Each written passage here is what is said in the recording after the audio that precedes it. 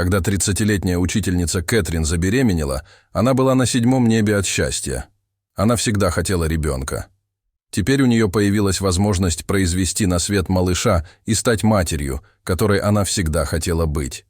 Но когда врачи просканировали ее, они обнаружили нечто шокирующее. Что-то, чего они никогда раньше в своей жизни не видели. Будучи учительницей, Кэтрин всегда ставила карьеру на первое место. Она выросла в семье рабочего на севере Англии, и ее трудовая этика была образцовой и непревзойденной. Известие о том, что она беременна, было волнующим. Кэтрин посетила несколько ранних обследований, на которых врачи проверили здоровье ребенка, который все еще находился на самых ранних стадиях роста. Все казалось в полном порядке, и врачи сказали Кэтрин, что беспокоиться ни о чем. Она понятия не имела, какие шокирующие, неправдоподобные вещи происходили в ее теле в тот самый момент. Но тем не менее, Кэтрин продолжала работать на протяжении всей своей беременности. Она была настолько предана своей работе по воспитанию маленьких детей, что даже пропустила несколько ключевых обследований. «Я думала, что все будет в порядке», — вспоминала Кэтрин. «Я прочитала все книги о беременности. У меня были боли, но они бывают у всех беременных женщин, поэтому я подумала, что могу просто заниматься своей работой. Однако это могло оказаться одним из самых опасных для жизни решений, которые она когда-либо принимала. Только после того, как директор школы фактически выставил Кэтрин за дверь, она задумалась о том, чтобы взять отпуск по беременности и родам.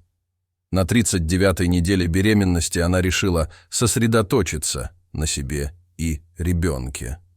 В ее голове начали возникать вопросы. Стоило ли ей проходить эти обследования? Все ли было в порядке?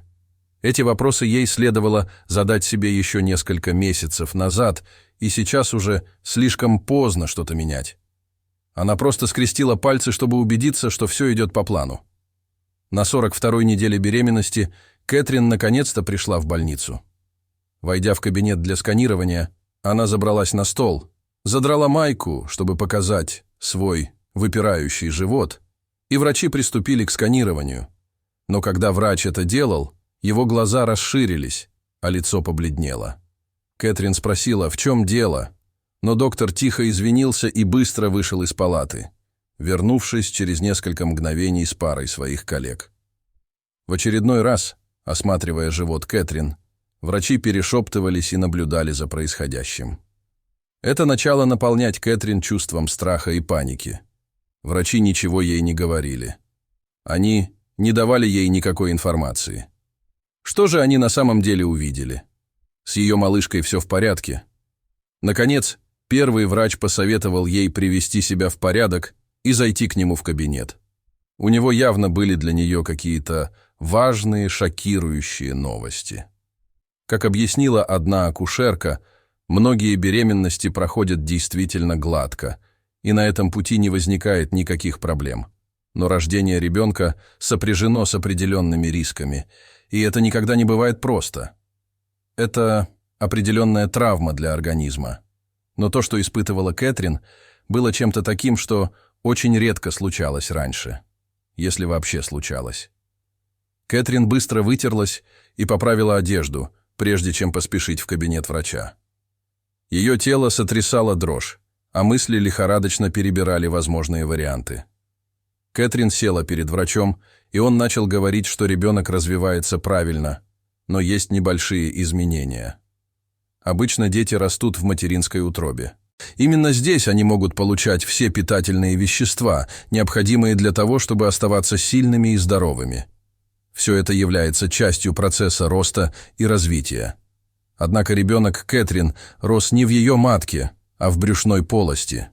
Поскольку ребенок развивался вне матки, врачи были не уверены, получал ли он достаточное количество питательных веществ и крови, чтобы помочь своему здоровому развитию.